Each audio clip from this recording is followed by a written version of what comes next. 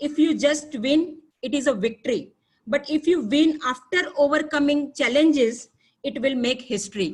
और आज मैम ने ये हिस्ट्री बनाई है मोदी केयर में, और मेरे लिए तो मिसाल है. ऑफ कोर्स ये मिसाल इतनी बड़ी है कि मुझे अभी क्लियर दिखाई दे रहा है मेरा पाथवे कि आज वो वहां तक पहुंच सकती है इतने सारे चैलेंजेस को ओवरकम करके, तो मैं भी वहां पे पहुंच सकती हूँ.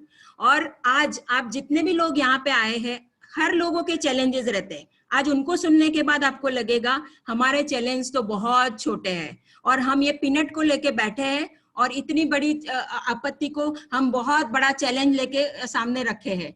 लेकिन आज उनको सुनने के बाद आपके चैलेंज छोटे हो जाएंगे, ये मेरा वादा है. ये लीजेंड को बनाने के लिए, ये लीजेंड ऐसे ही नहीं बनते. मैं इनको इनवाइट करने के लिए मेरे ही गुरु, मेरे महागुरु जो लीजेंड मेकर है, बहुत सारे ऑल ओवर इंडिया में उन्होंने बहुत सारे जीबीडीज बनाए हैं, और मैं तो बोलती हूँ जीबीडी की फैक्ट्री है, मास्टर माइंड है. और उनका जो R&D है, मतलब रिसर्च एंड डेवलपमेंट करके आज उन्होंने एक एक पायदान पे लोगों को लीडरशिप डेवलप की है. वो आज मैं महसूस भी कर रही हूँ और मैं समझ भी रही हूँ उनकी स्टेट ऑफ माइंड कि आज एक लीजेंड बनाने के लिए क्या क्या करना पड़ता है. और आज ऐसे ही हस्ती जो इतने सारे लीजेंड बना चुके हैं, मैं बहुत ही लकी हूँ कि मेरी लाइफ में ऐसे ऐसे गुरु है जिनका मैं हाथ पकड़ के आगे जा रही हूँ. तो आज मैं उनको वेलकम करने जा रही हूँ जो महाराष्ट्र के फर्स्ट जीबीडी है, और मुझे बहुत गर्व होता है मेरे अपलाइन, मेरे गुरु को इनवाइट करते हुए कि जो इस लीजेंड को आज इंट्रोड्यूस करेंगे. तो मैं प्लीज वेलकम करना चाहती हूँ हमारे महाराष्ट्र के first GBD mister Dhimant Kapadia ji and Rashmi Kapadia ji को. Over to you sir. Wow, good morning everyone. आज Hello. बहुत एक्साइटिंग दिन है. Can you hear me? Yeah. Okay, so Reshma, thanks for the wonderful beginning. आपने मोमेंटम, आपने एनर्जी, आपने लोगों को फोकस पर ले आना. You are wonderful, thank you. So दोस्तों, मेरा नाम धीमंत कापड़िया है और मुझे बड़ी खुशी है कि हमने एक ऐसा इतिहास बनाया है जो आज आप सुनने वाले हैं. एक तरफ से देखा जाए तो ये बिजनेस इतना सिंपल है कि करते करते करते कोई भी पहुंच जाता है, लेकिन दूसरी तरफ ये भी है कि जो आप भी एक्सपीरियंस कर रहे होंगे कि काफी सारे चैलेंजेस होते हैं. तो आज आप बहुत सारी बातें सीखने वाले हैं, सुनने वाले हैं एक ऐसे कपल से जिन्होंने अपने बैरियर्स को ओवरकम किए हैं. यहाँ पर मुझे रॉजर बैनिस्टर की याद आ गई. दोस्तों, एक जमाना था जब 4 मिनट में 1 माइल कवर करना नामुमकिन सा था.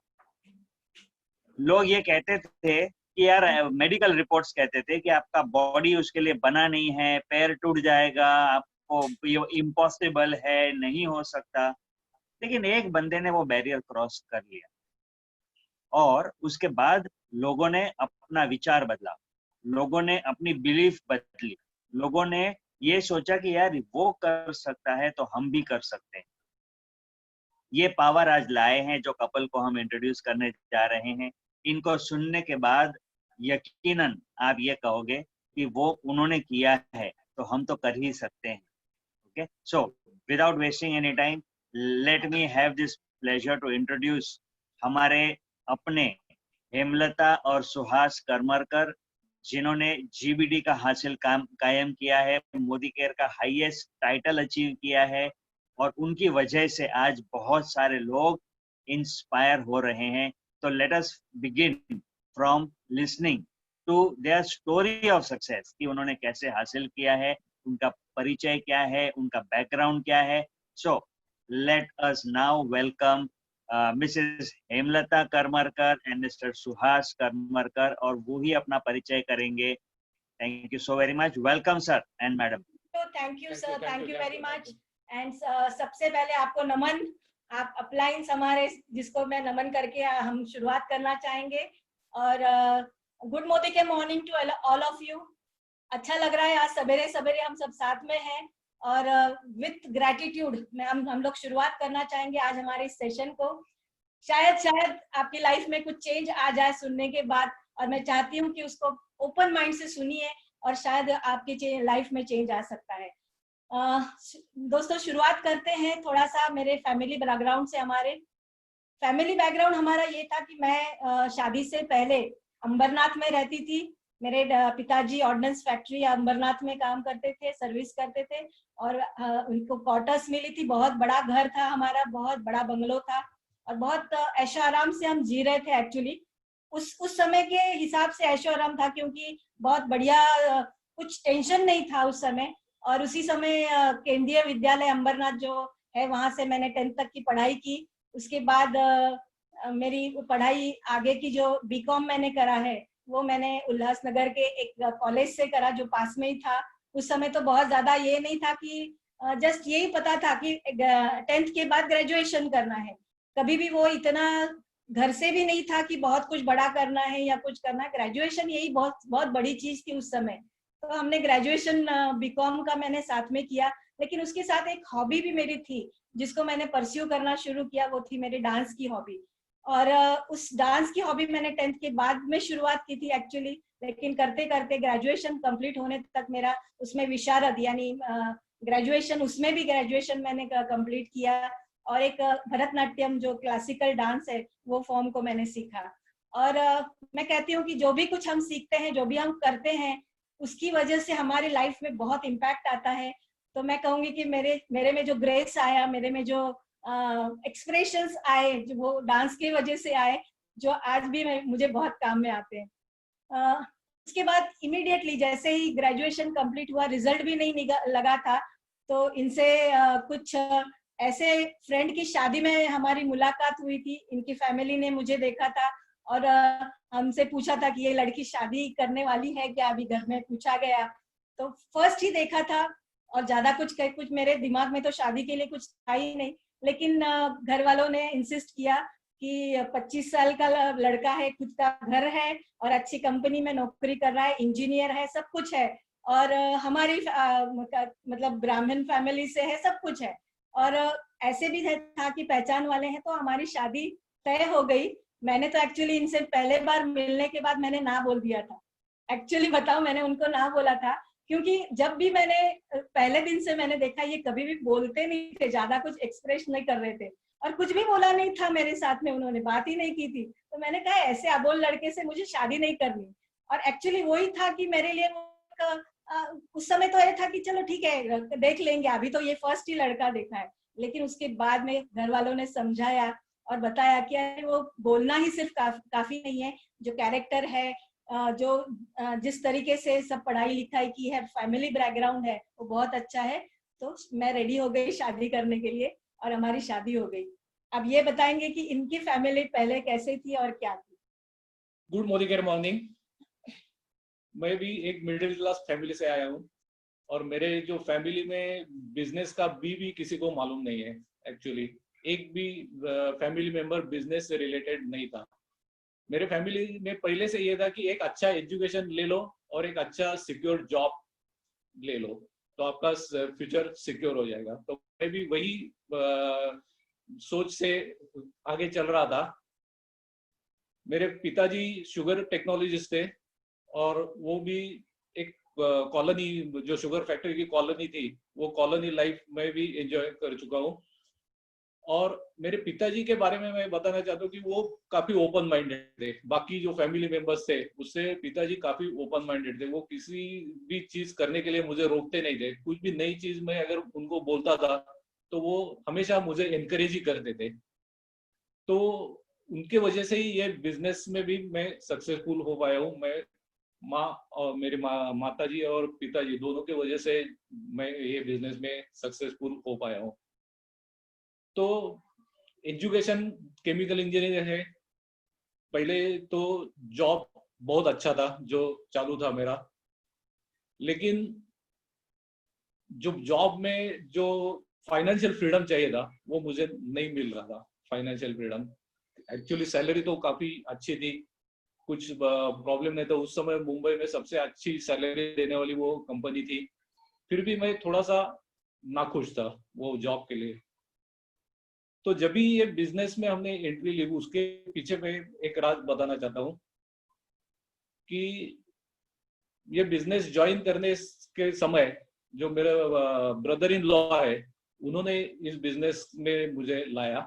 लेकिन उससे पहले हमारे जो नेक्स्ट डोर नेबर थे, उन्होंने ये बिजनेस के बारे में हमको बताया था लेकिन उस समय मुझे कुछ समझ में नहीं आया था। और वो जो चीज बता रहे थे कि आप ज्वाइन कर लो, आपके नीचे 4 लोग ज्वाइन कर लो, वो 4 लोग ज्वाइन करेंगे तो ऐसा ऐसा अपना नेटवर्क हो जाएगा।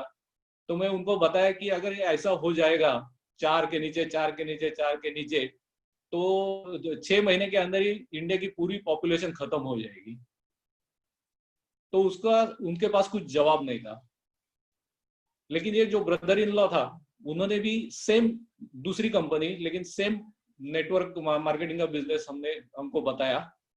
तो मैंने भी उसको वही कहा कि अगर ये सब चीज हो जाएगी तो 6 महीने के अंदर ही पूरा इंडिया खत्म हो जाएगा, पॉपुलेशन खत्म हो जाएगी।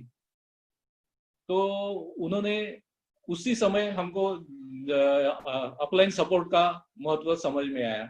तो उन्होंने उनके अपलाइन को फोन किया कि ये मेरे प्रोस्पेक्ट है, वो ऐसा ऐसा बोल रहे हैं। तो उन्होंने बताया कि उनको एक चीज करो कि ये 3 बुक है, वो ये 3 बुक उनको पढ़ने के लिए दे दो। और उसी समय टूल्स का भी महत्व हमको मालूम पड़ा कि टूल्स का क्या महत्व है। तो मेरा जो ज्वाइनिंग है वो दोनों सिस्टम, अपलाइन सपोर्ट और टूल्स, दोनों की वजह से हमारा ज्वाइनिंग इस बिजनेस में हो गया। तो उन्होंने बताया कि ये ऐसा 3 बुक है, वो आप परचेस करो। तो मुझे रीडिंग का तो काफी शौक था। तो उन्होंने एक एड्रेस बताया, पवई में एक एड्रेस था, वहां मैं गया वो बुक लेने के लिए। तो वो ऑफिस में जाने के बाद तो उन्होंने पूछा कि आप ज्वाइन है क्या? तो मैं बोला नहीं, मैं ज्वाइन नहीं हूँ, लेकिन मेरा ब्रदर इन लॉ ज्वाइन है उसके साथ, तो आपको नहीं मिलेगा ये बुक। तो मैं वहीं से फोन किया प्रफुल्ल को। वहाँ उस समय मोबाइल वगैरह कुछ नहीं था, वही ऑफिस से मैंने फोन किया उसको। तो उसने उसके अपलाइन को फोन किया, दिल्ली में वो अपलाइन रहता था, दिल्ली में, हाँ दिल्ली में फोन किया। और अपलाइन ने वापस ऑफिस में फोन किया, तभी वो बुक मुझे मिल गए। 3 बुक थे, एक था गेट अ लाइफ, दूसरा था कॉपी कैट मार्केटिंग, और तीसरा था मैजिक ऑफ थिंकिंग बिग। वो कुछ मुझे लगता है कि 1000 रुपए के बुक थे उस समय। और वो बुक लेके मैं घर आ गया। और उसके बाद उसके अपलाइन का फोन आया कि देखो सुहास, कि आपने 1000 रुपए के बुक नहीं परचेज किए, आपने 10 लाख रुपए के बुक परचेज किया, ऐसा समझो। और उस सोच से आप पढ़ो वो। तो उसमें जो पहला बुक था ना, उसका जो टैग लाइन था वो बहुत अट्रैक्टिव था। तो मैंने डिसाइड किया कि वही बुक पहले पढ़ू, गेट अ लाइफ। उसका टैगलाइन था, how to leave your dead end job behind and create your perfect future. तो वो टैगलाइन मुझे बहुत अट्रैक्ट किया और वो बुक मैंने पढ़ने को चालू किया। मुझे लगता है कि वो इंग्लिश पढ़ने को मुझे इतना अच्छा नहीं लगता है, मराठी में मैं ज्यादा कंफर्टेबल हूँ, फिर भी मैंने वो डिसाइड किया कि ये पढ़ूंगा मैं। और वो पढ़ने के बाद मुझे मालूम पड़ा कि पैसे कमाने के कितने तरीके हैं, और सबसे अच्छा तरीका है वो टाइम लिवरेज का। और टाइम लिवरेज में सबसे अच्छा तरीका नेटवर्क मार्केटिंग का।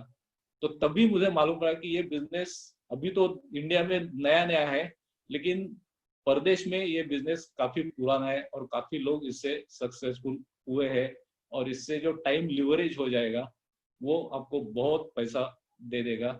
और मुझे जॉब में 10-12 घंटे देने पड़ते थे, मतलब 8 घंटे का तो ड्यूटी था, लेकिन फिर आना जाना, वहां से रिलीव होना, तो 12 घंटे तो मुझे देने ही पड़ते थे। तो मुझे पहले ऐसा लगता था कि मेरे पास समय नहीं है ये बिजनेस के लिए, लेकिन मैंने वही रीजन बनाया बिजनेस करने के लिए कि ये बिजनेस करूंगा तो मुझे समय मिलने वाला है। तो मैं ये बिजनेस करके समय अभी जो नहीं है मेरे पास, वो मुझे अगर मिलेगा तो मेरा जो लाइकिंग का फील्ड है उसमें मैं मेरा समय बिता सकता हूँ। तो ये जो मेरा ज्वाइनिंग का हमारा जो है ये नेटवर्क मार्केटिंग के साथ, वो दोनों सिस्टम का और अपलाइन सपोर्ट दोनों की वजह से ये बिजनेस में ज्वाइनिंग हमारी हुई है। फ्रेंड्स, जैसे इन्होंने कहा कि हमने ज्वाइन किया उस समय, उससे पहले मैं तो बिल्कुल हाउसवाइफ थी, मुझे पता नहीं था कि बिजनेस का कैसे किया जाता है। लेकिन हाँ, जैसे ब्रदर इन मतलब मेरे ब्रदर ने बताया था, तो वो सुन रही थी कि क्या कुछ ऐसा बिजनेस है। और एक मेरी सहेली मेधा केड़कर, जो मेरी अपलाइन डायरेक्ट अपलाइन थी, जो आज इस दुनिया में नहीं है, लेकिन मैं थैंक्स कहना चाहूंगी कि उसने उस समय कुछ एक बात कही थी कि आ जाओ सुनने के लिए, उतना ही कहा था। तो मैंने जस्ट कंपेयर किया मेरे ब्रदर के बिजनेस के साथ में और इसके साथ में, और मैंने कहा चलो जाते हैं सुनने के लिए। और कैसे ज्वाइनिंग हुई आप बिल्कुल समझ लीजिए कि क्या होता है और कैसे लोग सोच रख के इस बिजनेस को करते हैं। मैं चली गई उसके घर में, हम दोनों चले गए। वहां पे जाने के बाद उससे बात की कि हमको बिजनेस समझना है, कैसे किया जाता है। हमने सुना है आप कोई इंडियन कंपनी के बारे में बात करते हो। तो उसने कहा कि देखो ऐसा है कि अभी एक मीटिंग चल रही है, वहां पे मेरे अपलाइन है सुधीर भिड़े करके हैं, वहां आप चले जाइए, वहां पे एक आपको बिजनेस पूरा समझ में आ जाएगा। तो उसने सिर्फ इतना बताया और वो मेरे साथ आई भी नहीं, मीटिंग के लिए आई भी नहीं मेरे साथ। हम खुद चले गए, एक सरस्वती स्कूल करके थाना में हुआ करता था, वहां पे हम चले गए और वहां जाके देखा तो वहां पे सुधीर भिड़े जी से मुलाकात हुई। और कहते हैं ना कि वो एक ही सामने कोई बैठा हुआ था जिनको वो बिजनेस समझा रहे थे, बहुत पैशनेटली समझा रहे थे। और हम जाने के बाद हमको फिर से उन्होंने शुरू से फिर से हमको बिजनेस के बारे में बताया। और जिस तरीके से उन्होंने बताया, जिस तरीके से उन्होंने हमको समझाया कि इंडियन कंपनी है, प्रोडक्ट्स कैसे हैं, उसके प्राइसिंग क्या है, ये देख के मैं ज्यादा खुश हो गई। और मैंने मेरे ब्रदर को बता दिया और डिसीजन बता दिया कि मैं तो मोदी केयर ज्वाइन कर रही हूँ, आपको ज्वाइन करना है मोदी केयर तो आप भी आ जाइए। और वो पूरा हिल गया था एक्चुअली कि मैं इतना बिजनेस बताने आया हूँ और इनकी बातों से आप मोटिवेट होके ये कर रहे हो। क्योंकि मुझे पता था वो फॉरेन कंपनी थी और हमको इंडियन कंपनी के साथ ज्यादा काम करने का मतलब ये था कि हाँ हम इंडियन के साथ ही काम करेंगे। So thanks to Sudhir sir कि आपने बहुत अच्छी तरीके से उस दिन बताया। और वही मेरे बाद में एक्टिव अपलाइन बन गए कि जिन्होंने हमको हाथ पकड़ के आगे तक लेके गए और किस तरीके से करना है बिजनेस के बारे में समझाया। सो दोनों को बहुत बहुत नमन, सुषमा जी और सुधीर जी को। जैसे ही सिस्टम में आए तो जैसे कहा कि हाउसवाइफ थी तो ज्यादा तो कुछ मालूम नहीं था, लेकिन हाँ एक चीज हमको करनी पड़ी थी, वो है कि बिजनेस और घर, ये जो मैं पहले घर घर घर घर होता था, सब घर का मैनेज करती थी, वो दोनों को कैसे मैनेज करना है वो एक डिसीजन हम दोनों में हो गया था कि हाँ दोनों मिलके इसको मैनेज करेंगे, क्योंकि यहाँ भी समय देना है और यहाँ भी समय देना है। तो पहले दिन से ही वो डिसाइड हम दोनों में हुआ था, क्योंकि इन्होंने बिजनेस को समझ लिया था तो मुझे ज्यादा तकलीफ नहीं हुई इनको एनरोल करने के लिए कि हाँ हम एडजस्टमेंट कुछ करेंगे। तो वो पहले एडजस्टमेंट था हमारा कि हमने मैनेज करना शुरू किया घर और बिजनेस। क्योंकि जैसे ही सपोर्ट के बारे में हमने अपलाइन से बात की तो उन्होंने कोर स्टेप्स के बारे में बता दिया था हमको पहले दिन से, कोर स्टेप्स और सिस्टम के बारे में कि ये सिस्टम है, इसको फॉलो करेंगे आप तो आप सक्सेसफुल हो जाओगे। तो कोर स्टेप में तो पहली बात आई थी कि 100% आपको 100% यूजर बनना है। तो वो हमने शुरुआत कर दी कि पहले ही दिन से जो भी हमारे पास प्रोडक्ट थे, जो भी हमारे पास घर में जो यूज कर रहे थे, उसको हमने साइड में किया और पहले ही दिन से हमने मोदी केयर के प्रोडक्ट्स को प्रायोरिटी देना शुरू किया। क्योंकि जब तक हम इसको यूज नहीं करेंगे हम बात नहीं कर सकते। ये इंपॉर्टेंस हमको हमारे अपलाइन ने बताई थी, उसको हमने मानी थी और उसको मान के हमने उस दिन से, मैं कहती हूँ आज हमको 20 साल हो गए हैं। 2000 में हमने शुरुआत की थी, 8 मार्च 2000 को। आज तक हम बाहर के एक भी प्रोडक्ट को हम इस्तेमाल नहीं करते हैं। सभी कुछ जो भी है पूरे लॉयल होके हम मोदी केयर की तरफ हमने प्रोडक्ट को यूज किया। बहुत सारी बार ऐसे भी हुआ है कि गिफ्ट्स आते थे, बहुत सारे ऐसे कुछ शैम्पूज आते थे या कुछ डिओड्रेंट्स आते थे, लेकिन उसको भी हमने कभी गिफ्ट के तौर पे लेके हमने कभी उसको यूज नहीं किया। हमारे सर्वेंट को हम ऐसे ही दे देते थे, लेकिन हमने कभी उसको यूज नहीं किया। तो इतने हम लॉयल पहले दिन से रहे हैं। तो ये स्टेप हमने पहले किया। दूसरे स्टेप जो क्या कहा जाता है कि इवेंट्स को अटेंड करना, अब वो भी मैनेज करना था। घर को संभाल के दो बेटियां हैं हमारी, दोनों बेटियां उस समय छोटी थी, तो उस समय लगता था कि बहुत मुश्किल है, पता नहीं कैसे मैनेज कर पाएंगे। लेकिन जैसे मैंने कहा कि दोनों की सपोर्ट की वजह से, जैसे ये शिफ्ट ड्यूटीज थी इनकी, तो ये शिफ्ट मैनेज कर लेते थे कि कोई एक शिफ्ट पहले कर लेते थे और उस समय हम ट्रेनिंग्स के लिए जाते थे। और ट्रेनिंग्स के लिए थाना से हमको बहुत लंबा जाना पड़ता था, बॉम्बे सेंट्रल जाना है, अंधेरी जाना है, बांद्रा में उस समय ऑफिस हुआ करती थी, बांद्रा में हम लोग जाते थे, लेकिन कभी भी उसको मिस नहीं किया। सिस्टम में आ गए, पहले दिन से हम लोग सिस्टम में आ गए थे, उसको फॉलो करना शुरू किया। और हुआ ये कि जाते जाते सीखते सीखते जो एजुकेशन हमको मिला वो बहुत बहुत बहुत एक टर्निंग पॉइंट था। शायद वो नहीं होता एजुकेशन सिस्टम तो शायद हम आज यहाँ पे नहीं होते। और thanks to appliances, thanks to company की जिन्होंने इस तरीके के सिस्टम को, इस तरीके के एजुकेशन को हमारे सामने रखा और सिस्टम को समझाया और सिस्टमेटिकली उसको हमने किया। और एक और बात मैं अपलाइन से मैंने जो सीखी है सुधीर सर से कि भी डिसिप्लिन, अपने आप को डिसिप्लिन करो। तो पंक्चुअलिटी ये जो है कि हर समय पंक्चुअल रहना, टाइम के साथ में अपने आप को जो है कि मैनेज करके उस समय पहुंचना, 10 मिनट पहले इवेंट के लिए पहुंचना, ये आज तक मुझे लगता है कि सब जानते हैं जितने भी R&D टीम के हैं कि कहाँ भी हो, पहले तो थाना से आते थे, अब बदलापुर से आते हैं, फिर भी हम 10 मिनट पहले इवेंट के लिए पहुंच जाते।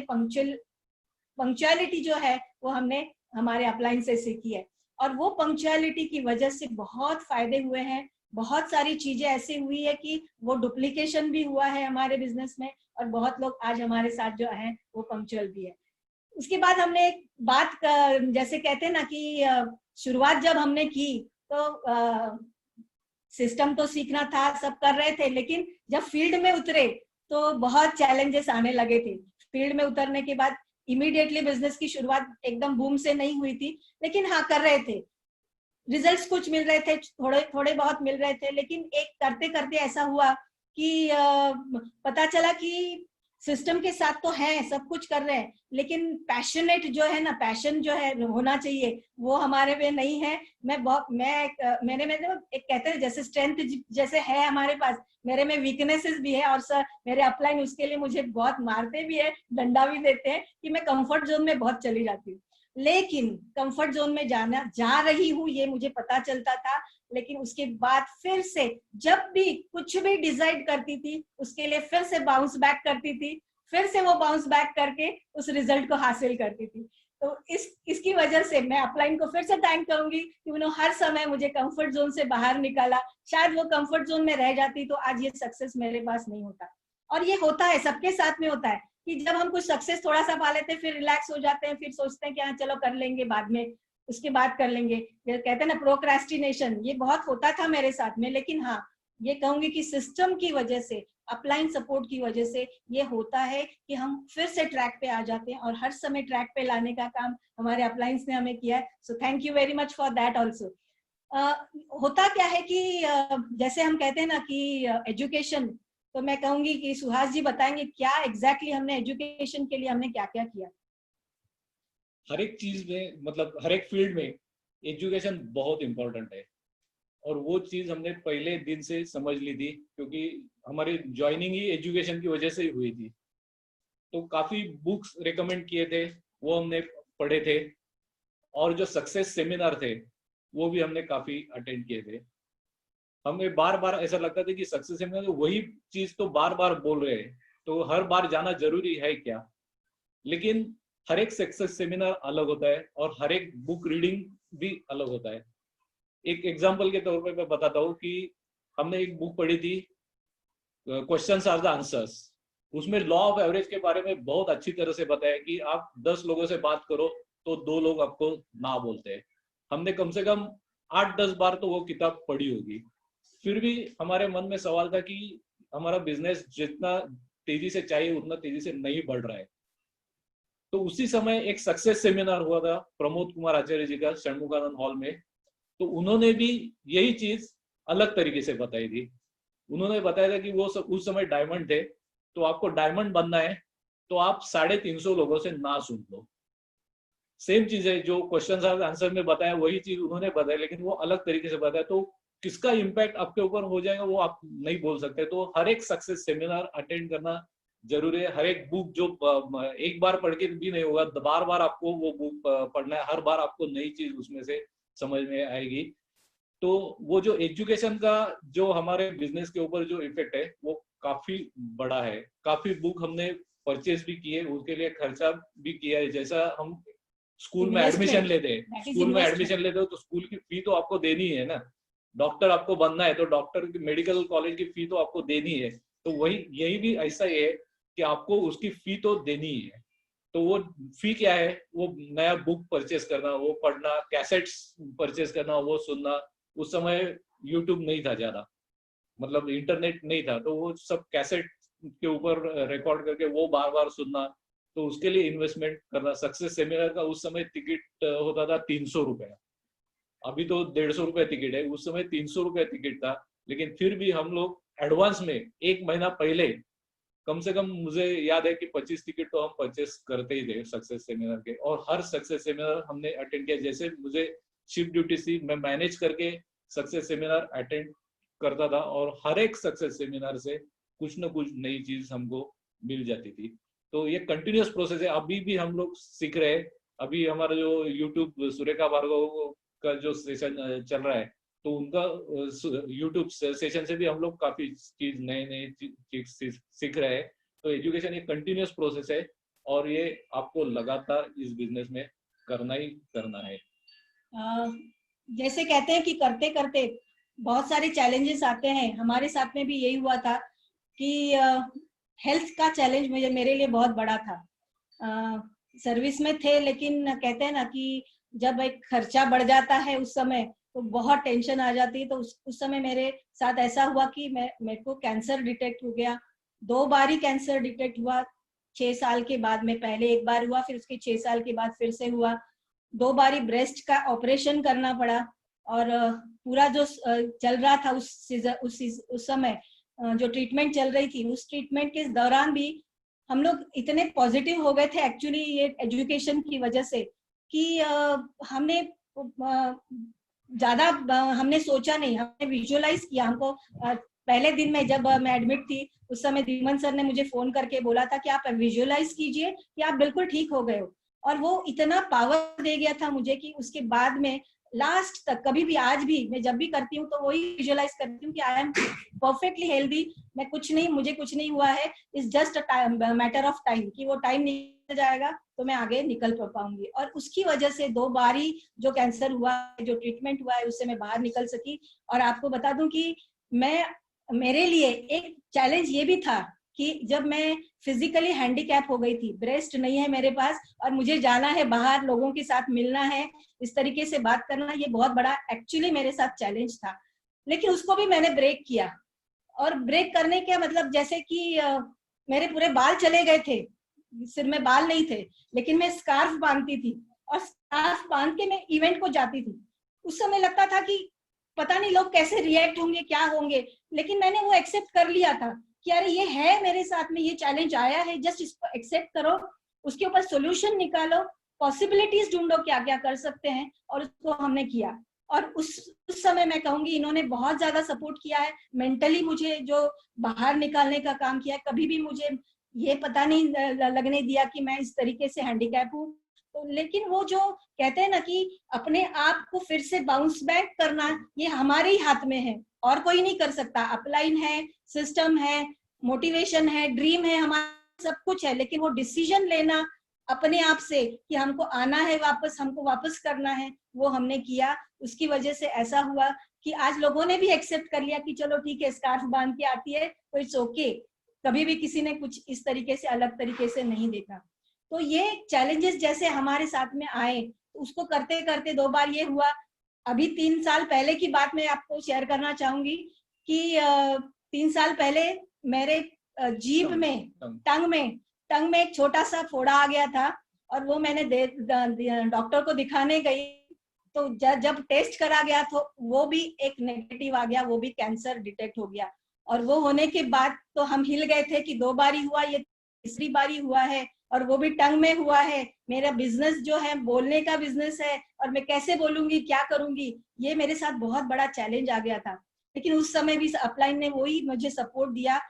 उसी समय मैंने डिसीजन ले लिया था कि नहीं, कुछ भी ट्रीटमेंट लेते रहेंगे, लेकिन हम वापस उसमें से बाहर निकलेंगे। और जब वो टेस्टिंग होने के बाद एक और ऑपरेशन करके मेरी आधी टंग को, पूरे आधे टंग को काट के निकाला गया था टेस्टिंग के लिए। और उसके बाद वो मतलब सही आया, नेगेटिव आया, कोई उसमें नहीं था। तो उसकी वजह से वो ट्रीटमेंट लेके फिर वापस मेरे टंग को नॉर्मल होने तक शायद 1 साल लगे, लेकिन मैं रुकी नहीं उसके लिए भी कि मैं बोल नहीं सकती, ऐसा मैंने किया नहीं। और वो जो है कि कहते हैं ना, अंदर से आप जब तैयार हो जाओ तो यूनिवर्स भी आपको सपोर्ट करने लगता है। वो मेरे साथ हुआ कि मैं उससे भी बाहर निकल के आई।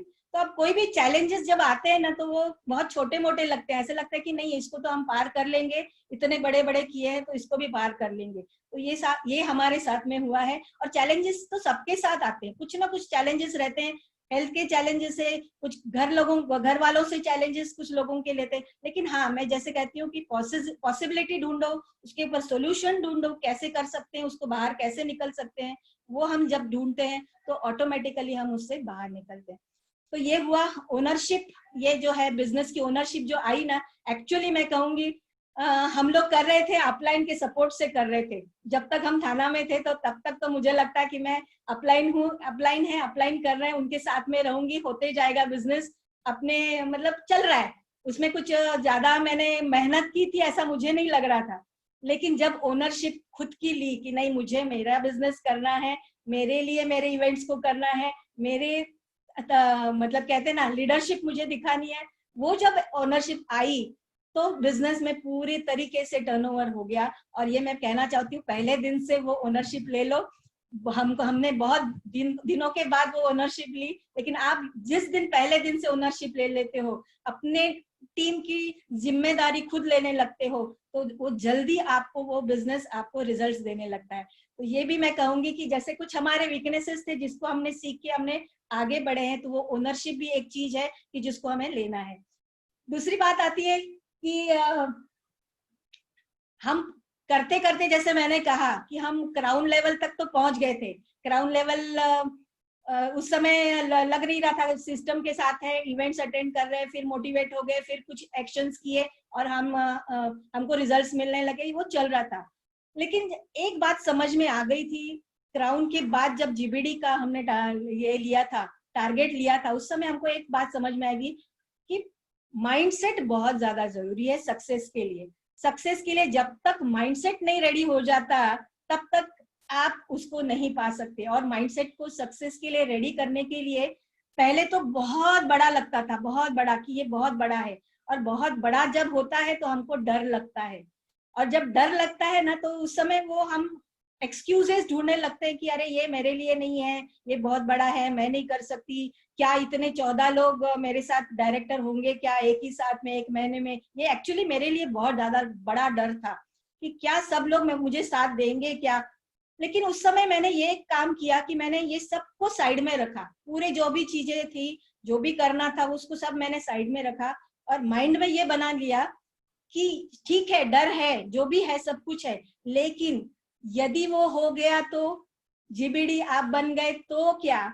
ये जब मैंने अपने आप से सवाल पूछा, वो सवाल मेरे लिए इतना टर्निंग पॉइंट था कि क्या हो सकता है वो, उसके बारे में जब मैंने सोचा तो वो कहते ना, वो रिकॉग्निशन, जैसे ये ट्रॉफी आप देख रहे हो, ये ट्रॉफी इतना मोटिवेट कर रही थी, क्योंकि अभी तो ये क्राउन की ट्रॉफी है, लॉकडाउन की वजह से मुझे अभी तक जीबीडी की ट्रॉफी मिली नहीं है, लेकिन वो जो ट्रॉफी अपने हाथ में लेना, स्टेज पे रिकॉग्निशन करना, और मुंबई जैसे कहते हैं ना, मुंबई सब लोग को पता भी होगा और जानते भी हैं कि बहुत टफ मार्केट है, लेकिन टफ मार्केट में अपने आप को प्रूव करके बताना, वो एक चैलेंज उस समय यदि हो गया तो सेकंड जीबीडी बन गए तो सर के बाद में, वो जो एक था ना, उसने हमारी लाइफ को, मेरे लाइफ को पूरा, कहते हैं ना, मेरे माइंडसेट को पूरा चेंज कर दिया कि नहीं, उसको पाके रहेंगे और बिजनेस के लिए। और एक तो है, मैंने पहले से दिन से तय किया था कि जाएंगे, बिजनेस करेंगे तो टॉप तक जाएंगे, ये तो था,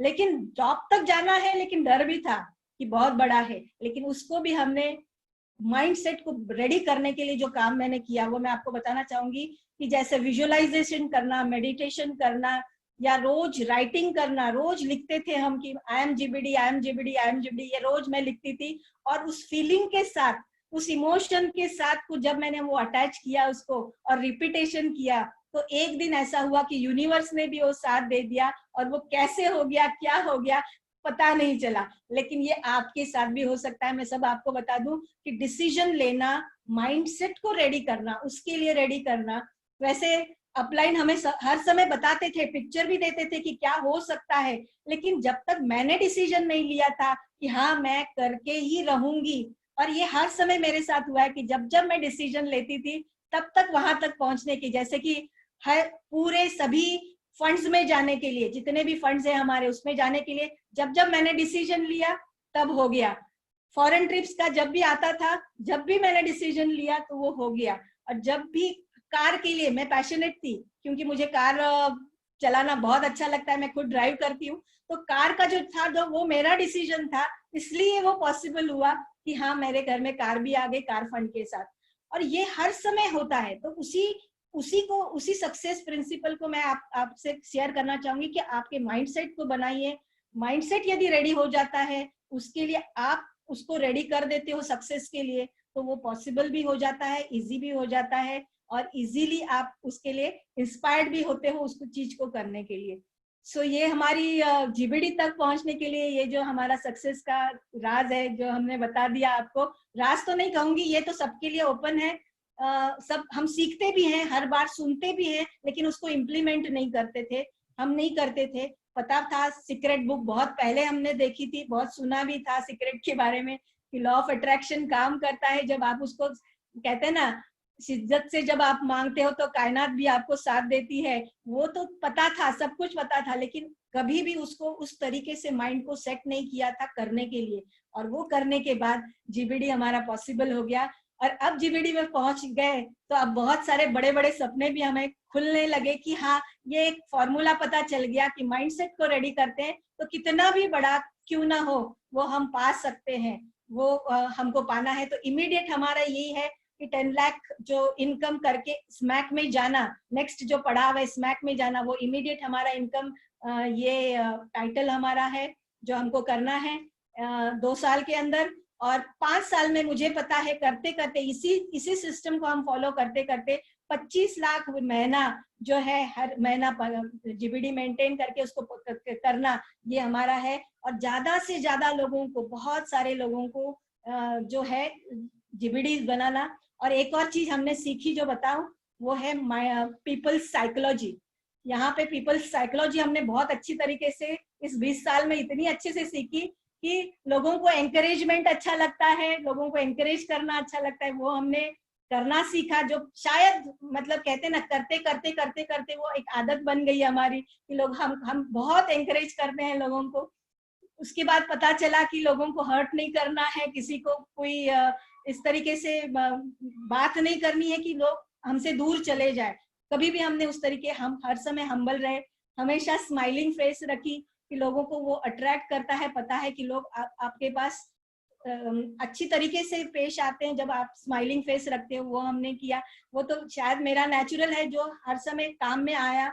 लेकिन बहुत सारी चीजें ऐसे भी हमने की, जैसे कि कहते हैं ना कि लोगों को रिकॉग्नाइज करना, जैसे किसी ने कुछ अच्छा किया तो उनको रिकॉग्नाइज करना, वो हमने सीखा, उस तरीके से हमने सीखा। और टीम में एक साथ रहना, एक साथ कहते हैं ना कि टीम वर्क करना और टीम मेंटालिटी रखना कि कहीं पे भी अपना अपना मैं करूंगा, जो करूंगा कहूंगी या मैं करूंगी, वो नहीं किया हमने। हम फ्लेक्सिबल रहे, हर समय फ्लेक्सिबल रहे कि हाँ चलो ये भी करके देखते हैं, ये भी करके देखते हैं, कौन सी चीज काम कर जाएगी पता नहीं, हम फ्लेक्सिबल भी रहे। तो ये सब साइकोलॉजी सीख के, और कहते हैं ना रिएक्शन, पहले मैं बहुत जल्दी रिएक्ट होती थी, लेकिन वो भी हमने एक एजुकेशन से ही सीखा कि रिएक्ट होने से पहले टेक अ पॉज, एक पॉज ले लो कि सोचो कि रिएक्शन होने से, किसी को रिएक्ट होने से पहले कि क्या एक्चुअली वो किस स्टेज में है या किस स्टेट में है और इस स्टेट में होके वो बात कर रहा है। तो वो पॉज भी हमने लेना सीखा। यहाँ पे जानबूझ के हम रुक जाते हैं, रिएक्ट नहीं होते हैं। तो ये सारी चीजें जो साइकोलॉजी की है, जो ह्यूमन साइकोलॉजी है, वो भी हमको बहुत अच्छी सीखने मिली, जिसका परिणाम ऐसा हुआ कि हम अच्छे तरीके से आज लोगों से रिलेशन बिल्ड कर पा रहे हैं। और मैं थैंक्स कहूंगी मेरे सारे टीम को, मेरी जो जितने मेरे बच्चे हैं मेरे बहुत अच्छे हैं, मेरा सुनते भी हैं और मुझे प्यार भी करते हैं। मेरे अपलाइंस भी जो है मुझे बहुत ज्यादा कहते हैं ना कि हम एक फैमिली बन गए हैं। एक तो कहते बहुत सारा प्यार मिलता है यहाँ पे, बहुत अच्छा लगता है। और एक और ये कहना चाहेंगे, एक सक्सेस जो हमने पाई है, जैसे कहते हैं ना कि ये बिजनेस हमारा एक एसेट बन गया है। एसेट यानी क्या कि यहाँ से हर समय अभी ये इनकम तो आती ही रहेगी। वो जो एसेट क्रिएट किया है, वैसे कुछ एसेट्स इन्होंने भी क्रिएट किए हैं, ये बताना चाहेंगे। पहले दिन से हमको पूछा गया था कि आपका ड्रीम क्या है, तो पहले दिन से मैंने तय किया था कि मुझे फार्मिंग में इंटरेस्ट है और मुझे एग्रीकल्चर में मेरा समय बिताना है। तो 3 साल ये बिजनेस में जब भी हमने कुछ मुकाम हासिल किया तो हुआ ये कि 3 साल के अंदर ही ये बिजनेस का इनकम मेरे जॉब से ज्यादा आने लगा था। तभी मैंने डिसाइड किया कि अगर पार्ट टाइम इनकम जॉब से ज्यादा आ रहा है, हालांकि उस समय वो कंपनी थी, वो काफी अच्छा सैलरी देने वाली कंपनी थी, फिर भी मैंने डिसाइड किया कि पार्ट टाइम इनकम अगर ज्यादा है तो मैं ये बिजनेस को लिए फुल टाइम दूंगा। और जो एक्स्ट्रा इनकम जो आई थी उससे हमने कुछ लैंड परचेस करना शुरू किए और धीरे धीरे सबसे पहले तो 6 गुंठा लैंड तो मेरे पास पहले से ही थी, पूना में मेरा फार्म हाउस था, तो मुझे लगता था कि 6 गुंठे से कुछ काम नहीं होगा तो ज्यादा चाहिए, तो 1.5 एकड़ से हमने शुरुआत की और धीरे धीरे धीरे धीरे आज करजत में 13 एकड़ लैंड हो गई है और दापोली में 2.5 एकड़ लैंड हो गई है। तो वो जो आप ड्रीम देखते हो और उसके लिए अगर आप एक्ट करते हो तो वो ड्रीम पूरा हो जाता है, ये विश्वास हमको ये बिजनेस से हो गया। और हर बार ऐसा हुआ है, मतलब पिछले भी बिजनेस के पहले भी ऐसा हुआ है कि जो आप सोचते हो और उसके लिए आप काम करते हो तो आपके लिए वो सच हो जाता है। वो हमने पहले भी देखा था और इस बिजनेस से वो और कंफर्म हो गया कि आप ड्रीम देखो, बड़ा ड्रीम देखो और उसके लिए काम करो, वो हो जाएगा। दूसरी बात जो मुझे एक हॉबी थी कि ट्रेकिंग की काफी हॉबी थी। मैं काफी हिमालय में हम दोनों ने मिलके भी काफी ट्रेक किए हैं। तो जब ट्रेकिंग के लिए हम लोग हिमालय में जाते थे तो वहाँ कुछ फॉरेनर लोग वहाँ आते थे और उनसे कुछ इंटरेक्शन हो जाती थी। तो जब उनसे इंटरेक्शन हो जाती थी वो लोग बोलते थे कि हम अभी 4 महीने हो गए इंडिया में हैं, पहले हमने राजस्थान घूमा 2 महीना और बाद में अभी हिमालय में 2 महीना घूमेंगे और बाद में वापस जाएंगे। तभी मुझे लगता था ये 4 महीना अपना देश छोड़ के, मतलब पूरा ये छोड़ के ये कैसे आ सकते हैं, मतलब इतना 4 महीना उनको कैसे मिल सकता है। मुझे 15 दिन की लीव मिलने के लिए बहुत तकलीफ होती थी और ये 4 महीना वो कैसे आ रहा है। तो तभी से मुझे मन में था कि ये ऐसा होना चाहिए हमारे साथ भी, और ये सोच के मैं एक्चुअली भूल गया था। लेकिन 2 साल पहले हम जब न्यूजीलैंड गए थे ना तभी उसका एहसास आया। 4 महीने हम न्यूजीलैंड में थे, पूरा नॉर्थ न्यूजीलैंड हम लोग घूम रहे थे और यहाँ बिजनेस से पैसे आ रहे थे। तब भी मुझे रियलाइज हुआ कि अरे यार वो जो लोग कर रहे थे यही चीज कर रहे थे शायद, कि वो 4 महीना छोड़ के आ सकते। तो जो आप सोचते हो और उसके लिए काम करते हो वो हो जाता है, वो विश्वास हो गया। और ऐसा ही हमने जो सोचा है कि 25 लाख का इनकम चाहिए तो वो भी हो जाएगा। यस, बिल्कुल हो जाएगा। और हम जानते हैं कि मोदी केयर आज इतना फास्ट ग्रो कर रही है कंपनी, बहुत सारे प्रोडक्ट, हजारों प्रोडक्ट आने वाले हैं, तो यही करते रहे तो भी 25 लाख तक पहुंच जाएंगे, ये मुझे पता है। और यही सिस्टम हमको काम आगे लेके जाएगा। मैं एक और सिस्टम के बारे में बताना चाहूंगी कि जो भी करना पड़े वो करेंगे, ये एटीट्यूड हमारी थी। जो भी करना पड़े वो करेंगे, ऐसा नहीं कि हाँ जैसा कर सकते हैं वो करेंगे, नहीं, जो भी इस सिस्टम के लिए जरूरी है वो करेंगे। जैसे आउट स्टेशन हमको बिल्ड करना था तो आउट स्टेशन के लिए घर को मैनेज करके फिर बाहर जाना, घर में सासू माँ थी, 2 बेटियां थी, तो वो भी हमने मैनेज करना सीखा, जो भी करना। तो हमारा आज कोल्हापुर, नासिक, महाराष्ट्र में बहुत जगह है, गोवा में आज बहुत बड़ी टीम बनी है। गोवा का एक एक्सपीरियंस शेयर करना चाहूंगी कि मैं 6 महीने लगातार, 6-7 महीने लगातार मैं जा रही थी वहां पे ट्रेनिंग करने के लिए। वहाँ बहुत बड़ी टीम बन गई आज गोवा में। तो गोवा जब जाती थी तो अकेले ही चली जाती थी, क्योंकि घर में सासू माँ थी तो इनको घर पे रहना पड़ता था, दोनों साथ में नहीं जा सकते थे। तो रिजर्वेशन करती थी, रिजर्वेशन करके वहां जाती थी। तो एक दिन एक एक्सपीरियंस शेयर करना चाहूंगी कि जो भी करना पड़े वो करा, उसके बारे में एक्सपीरियंस शेयर करूंगी कि गोवा में एक बार गई थी, म्हापसा में हमारी मीटिंग्स होती थी और उतरना पड़ता था मुझे थिविम से लेके म्हापसा जो है वो हाफ एन आवर का ट्रैवलिंग है। तो हुआ ऐसे कि एक दिन मैं गई वहां पे, सवेरे पहुंची, दोपहर को हमारी मीटिंग्स हुई, लीडर्स के साथ में बातें हुई और मैंने उस समय तय किया था। पहले तो मैं बहुत सारे अच्छे, बाय द वे गोवा के लोग बहुत केयरिंग नेचर के हैं और उन्होंने मुझे बहुत अच्छी तरीके से, जब मैं आती थी बहुत रिस्पेक्ट और बहुत अच्छी तरीके से वो वेलकम करते थे। और घर पे भी कभी कभी मुझे फैमिली के साथ में रहने के लिए, लेकिन उस समय मैं होटल में रुकी थी। मैंने कहा क्यों दूसरों को तकलीफ देना, तो होटल में रुकी थी। और जब मैं होटल में रुकी थी तो उस समय रात को मुझे आने के लिए कोई ट्रेन नहीं मिली, मुझे दूसरे दिन सवेरे 6 बजे की ट्रेन पकड़नी थी। 6 बजे की ट्रेन जब मुझे पकड़नी थी तो मुझे 5 बजे होटल से बाहर निकल के वहां पहुंचना, क्योंकि आधा घंटा थीविम के लिए लगता था। और उस समय में जब गई बस स्टॉप पर, तो बस स्टॉप पे पता चला कि 6 बजे से पहले कोई भी बस नहीं है, कोई टैक्सीज अवेलेबल नहीं है। तो बहुत मैं डिस्टर्ब हो गई कि आप क्या करूं। तो अचानक से वहां से एक आदमी जा रहा था, उसने 2-3 लोग ही थे वहां पे, तो एक आदमी से मैंने पूछा कि मुझे जाना है थीविम, मुझे 6 बजे की ट्रेन पकड़नी है, तो मैं कैसे जा सकती हूँ।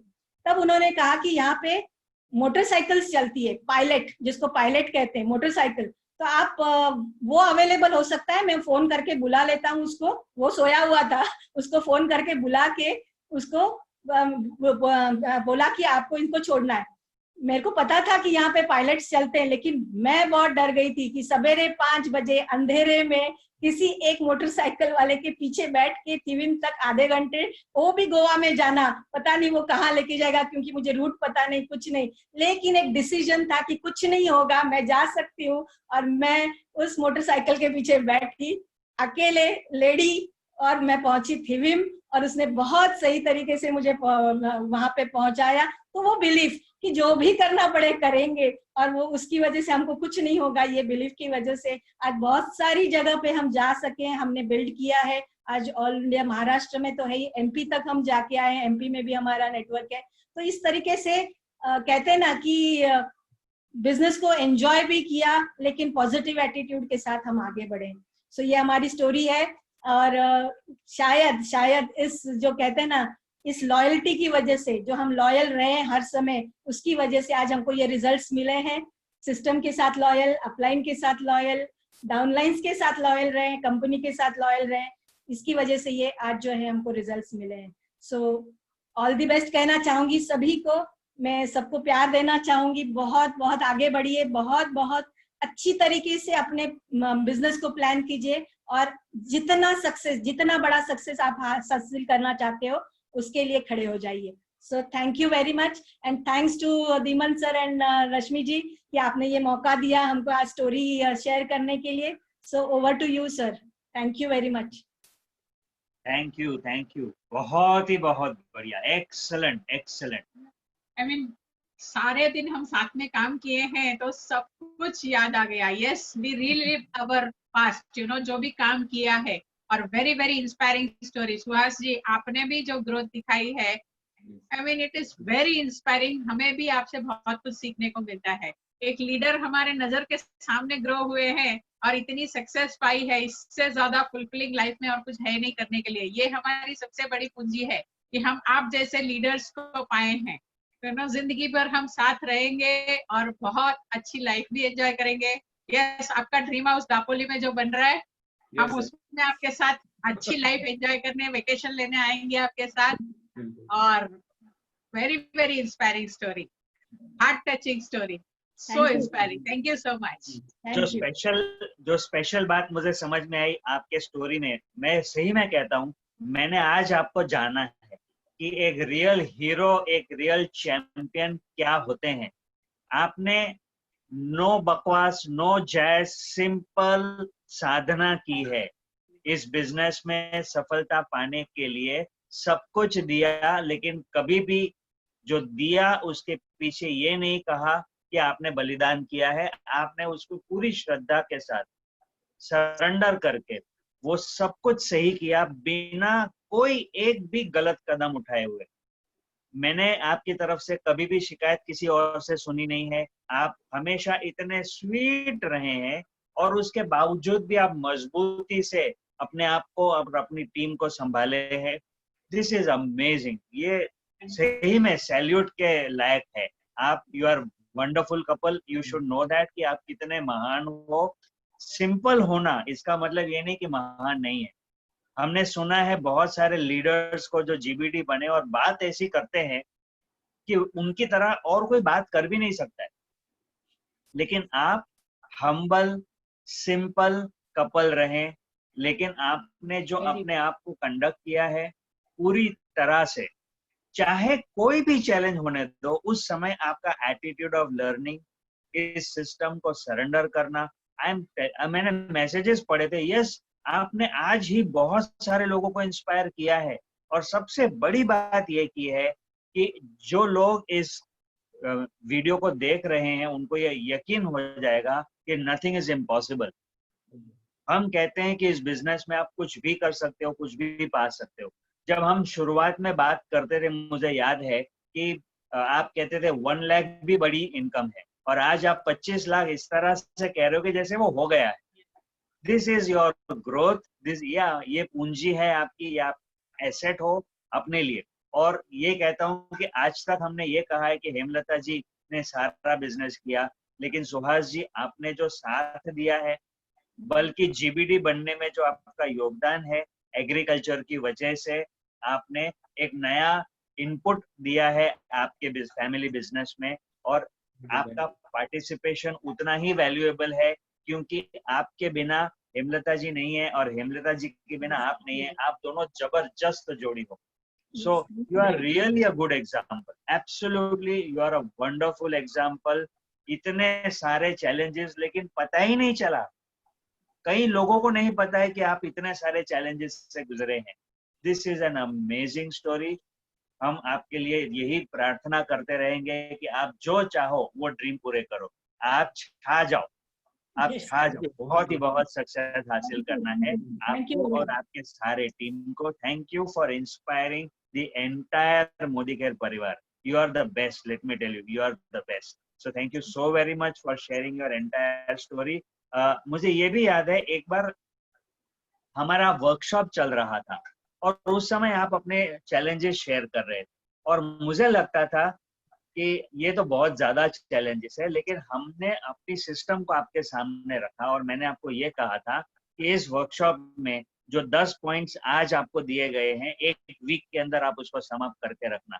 और आपने वो एग्जैक्टली 6 दिन के अंदर कंप्लीट करके हमें फोन करके बताया कि वो 10 असाइनमेंट्स आपने किए हैं। This is the spirit. और वो सारे के सारे उस समय आपके लिए चैलेंजिंग थे, लेकिन उस वर्कशॉप में आप सितारे बन गए थे। यू वर द हीरो, और वही तरीका है इस बिजनेस में सफलता हासिल करने का। आपने डे 1 से करेक्ट स्टेप्स फॉलो किए, और अब आपका एक्सेलरेशन और भी तेज रफ्तार से होगा।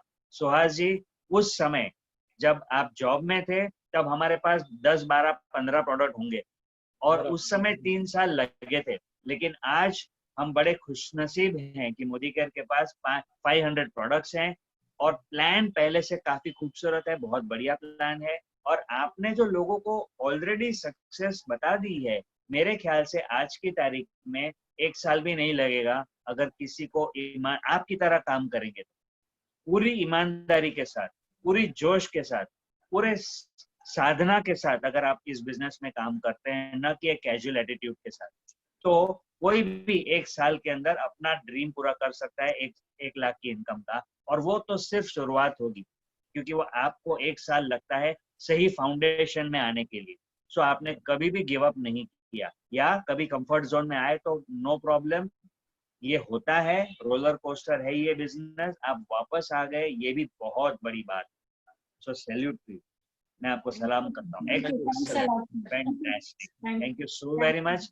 दोस्तों, आपने देखा एक ऐसा कपल जो जिंदगी जी रहे थे साधारण, हमारी तरह एक ऑर्डिनरी मिडिल क्लास फैमिली की तरह जिंदगी जी रहे थे, और वो आज मोदी केयर के सितारे बन गए।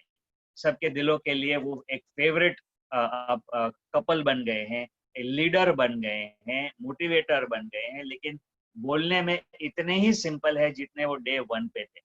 सारे के सारे प्रिंसिपल सक्सेस के आपने फॉलो किए हैं। कोई भी कर सकता है, हम हमेशा कहते हैं, और आपने वो साबित कर दिया है कि कोई भी कर सकता है। So wish you all the best everyone. एक बार फिर हम सुहास जी और हेमलता जी को थैंक यू कहेंगे। Thank you for sharing your story, thank you for staying on, putting on, हमेशा टिकते रहना, सिस्टम फॉलो करना और सक्सेस हासिल करना। ये जो जोश है ना आपके अंदर, बरकरार रहे, यही हम दुआ करेंगे। Wish you all the best. यहाँ पर हम ये सक्सेस सेमिनार समाप्त करते हैं, और आप सभी को ये दुआ करते हैं कि आप भी इसी वफादारी, इसी लॉयल्टी, इसी एथिक्स, इसी प्रिंसिपल्स को फॉलो करते हुए आप भी अपनी सक्सेस हासिल करेंगे। Thank you so very much. All the best and goodbye.